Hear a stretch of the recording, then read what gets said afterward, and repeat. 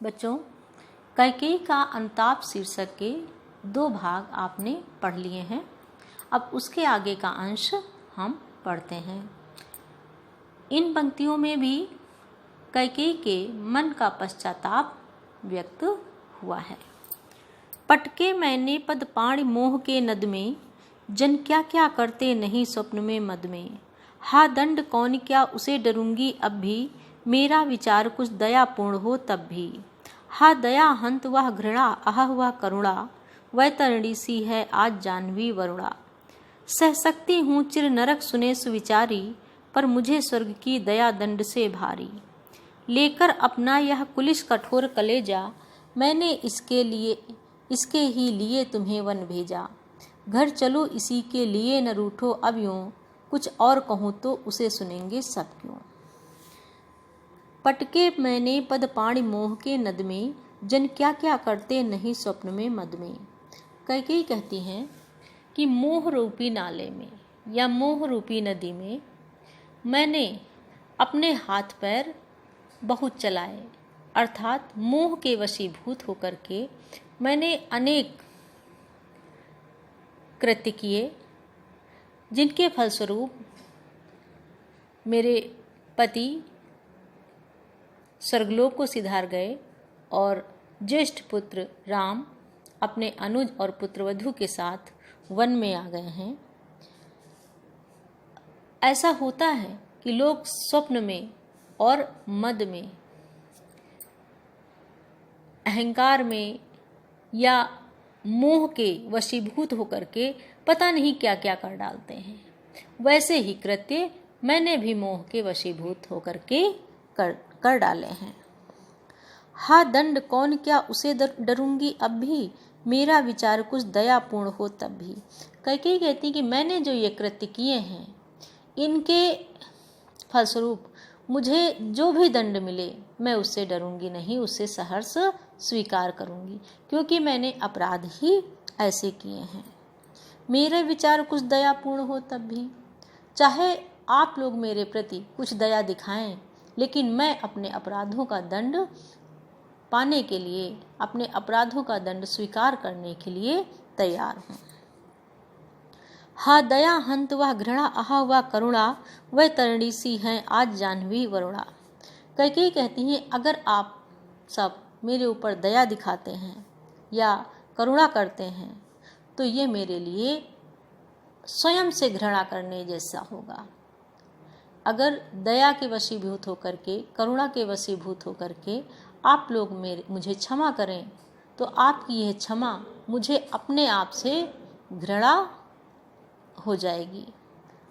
वैतरणी सी है आज जाह्नवी वरुणा, आज तो जाह्नवी गंगा और वरुणा नदी भी मेरे लिए कैसी है, वैतरणी सी है। वैतरणी नरक में बहने वाली नदी की भांति है, अर्थात गंगा और वरुणा का जल भी मुझे पवित्र नहीं कर सकता, मेरे अपराध के पापों को धुल नहीं सकता। इसलिए आप लोग कृपया मेरे ऊपर दया न दिखाएं, बल्कि मुझे जो भी दंड दें वो मैं स्वीकार करूंगी। सह सकती हूँ चिर नरक सुने सुविचारी, पर मुझे स्वर्ग की दया दंड से भारी। कैकेयी कहती कि मैं अपने अपराध, जो मैंने अपराध किए हैं, उसके दंड स्वरूप सतत नरक का भोग कर सकती हूँ, नरक को भोग सकती हूँ। ये सब आप सुविचारी ज्ञानी लोग समझ लें, लेकिन अगर दया करके मुझे स्वर्ग जैसे दें तो वो स्वर्ग भी मेरे लिए नरक के दंड से भारी होगा। लेकर अपना यह कुलिस कठोर कलेजा, मैंने इसके ही लिए तुम्हें वन भेजा। कैकेयी कहती हैं कुलिस कठोर, वज्र के समान कठोर अपने इस हृदय से ही मैंने तुम्हें सिर्फ इसके लिए, किसके, भरत के लिए ही मैंने तुम्हें वन भेज दिया है।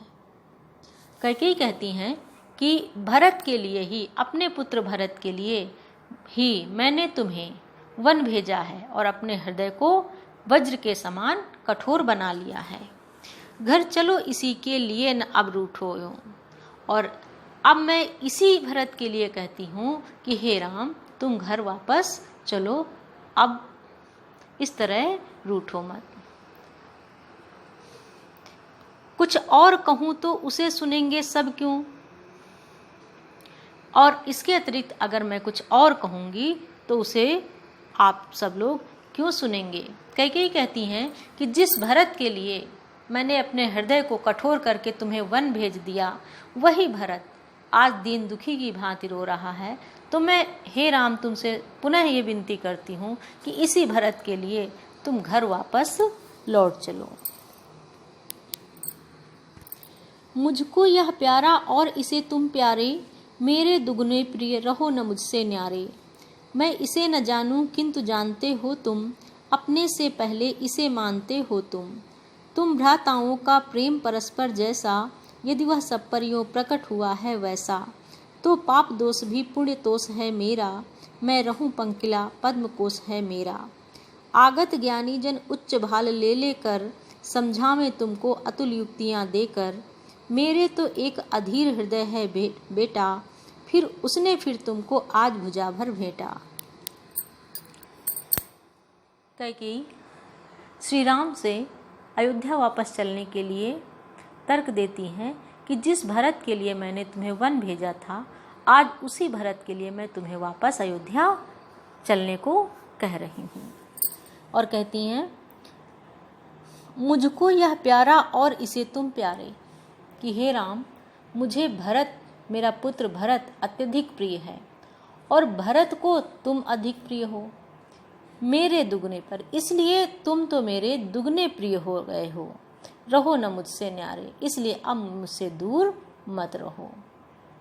मुझे मेरा पुत्र भरत प्रिय है और तुम भरत के प्रिय हो, इसलिए तुम तो मेरे लिए दुगने प्रिय हो गए हो, अब मुझसे दूर मत रहो। मैं इसे न जानूं किंतु जानते हो तुम। कैकेयी कहती कि मैं अपने भरत के मन के भावों को, उसके हृदय की गहराई को नहीं जान पाई, लेकिन तुम इस भरत के विचारों को, इसके मन की गहराई को जानते हो। अपने से पहले इसे मानते हो तुम, और अपने से भी ज़्यादा इसे प्यार करते हो। तुम भ्राताओं का प्रेम परस्पर जैसा, यदि वह सब पर यूं प्रकट हुआ है वैसा। और कैकेयी कहती हैं कि तुम दोनों भ्राताओं का, तुम दोनों भाइयों का आपस में जो प्रेम है, जो सबके सामने इस समय प्रकट हुआ है, उसे देखकर तो पाप दोष भी पुण्य तोष है मेरा, मैं रहूं पंकिला पद्म कोश है मेरा। कैकेयी कहती है तुम्हारा और भरत का ये जो परस्पर प्रेम है, जो अभी सबके समक्ष प्रकट हुआ है, इसे देखकर तो पाप दोष भी, मेरे पाप का दोष भी मेरे लिए पुण्य का संतोष बन गया है।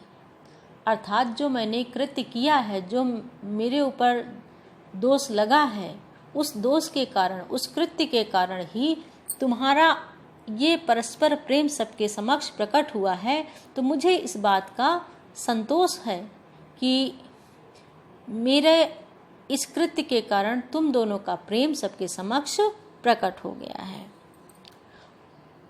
मैं रहूं पंकिला पद्म कोश है मेरा, और मुझे ये भी संतोष है कि मैं भले ही कीचड़ के समान हूँ, लेकिन मेरी कोख से उत्पन्न हुआ ये मेरा पुत्र क्या है, पद्म कोश है, कमल के समान निर्मल और उज्जवल गुणों से युक्त है। आगत ज्ञानी जन उच्च भाल ले लेकर, समझावें तुमको अतुल युक्तियां देकर। कैकेयी कहती कि हे पुत्र, यहाँ पर आए हुए गुरुजन, ज्ञानी जन अपने तेज से युक्त मस्तिष्क को लेकर बैठे हुए हैं। सब तुम्हें अनेक युक्तियां दे सकते हैं, तर्क दे करके समझा सकते हैं, लेकिन मेरे अंदर वो तर्क नहीं है। मेरे तो एक अधीर हृदय है बेटा, हे पुत्र, मेरे अंदर तो एक माँ का अधीर हृदय है, जिसने आज पुनः तुम्हें अपने हृदय से लगाना चाहा है। उसने फिर तुमको आज भुजा भर भेंटा, और वो तुम्हें आज फिर अपनी भुजाओं में लेकर अपने हृदय से लगाना चाहता है।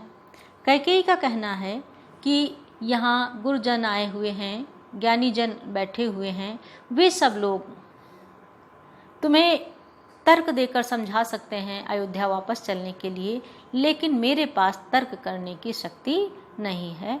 मेरे अंदर तो एक माँ का अधीर हृदय है जो आज फिर से तुम्हें अपने अंक से लगाने के लिए, अपने हृदय से लगाने के लिए आतुर हो रहा है। कैकेयी के मन की वात्सल्यपूर्ण अवस्था द्रष्टव्य हो रही है। कैकेयी राम को पुनः वापस अयोध्या ले जाने के लिए प्रयास करती हैं। भाषा साहित्यिक खड़ी बोली है, शैली प्रबंधात्मक है, अलंकार में मैं रहूं पंकिला पद्म कोश है मेरा, इसमें उपमा अलंकार है और अनुप्रास अलंकार है।